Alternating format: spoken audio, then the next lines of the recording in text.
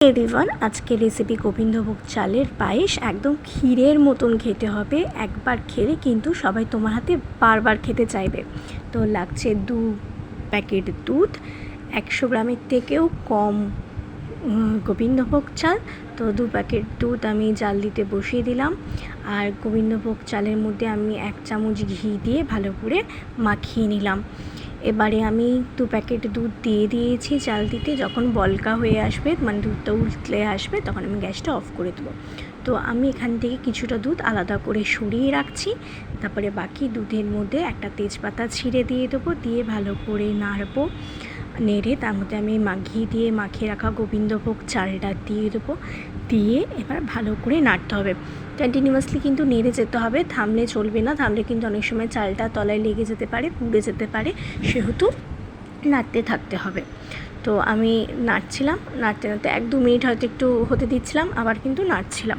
তো এরকম নাড়তে নাড়তে 15-20 মিনিট পরে যখন দেখবো দুধটা আস্তে আস্তে অনেকটা কমে এসছে, চারিদিকে ক্ষীর মতন বেরোচ্ছে দুধের সরটা, আর চালটাও দেখো বেশ গলে এসছে।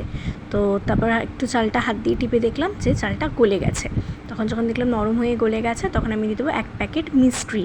তারপর সামান্য একটুখানি নুন দেবো, দিয়ে ভালো করে নাড়বো চাড়বো।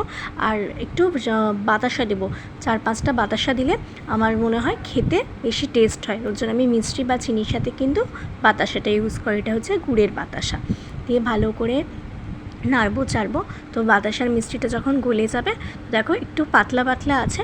তো আমি এটা একদম ক্ষীরের মতন শুকানোর জন্য আমি গ্যাসের ফ্লেমটা হাই করে দেবো।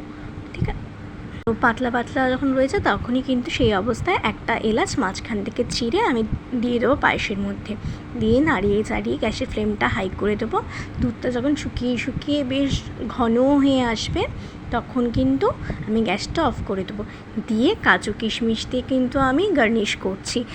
অনেকে কিন্তু দুধের মধ্যে কাজু কিশমিশ দেয়, কিন্তু আমার যেহেতু পার্সোনালি খুব একটা ভাল লাগে না পায়েসের মধ্যে কাজু কিশমিশ, সেজন্য আমি গার্নিশিংয়ের জন্য ওপর দিয়ে কাজু কিশমিশ দিয়ে সুন্দর করে সাজিয়ে দিলাম। হয়ে গেল পায়েস। ভালো লাগলে লাইক করো, কমেন্ট করো, শেয়ার করো, চ্যানেলটা সাবস্ক্রাইব করো। আর যারা ফেসবুক থেকে ফলো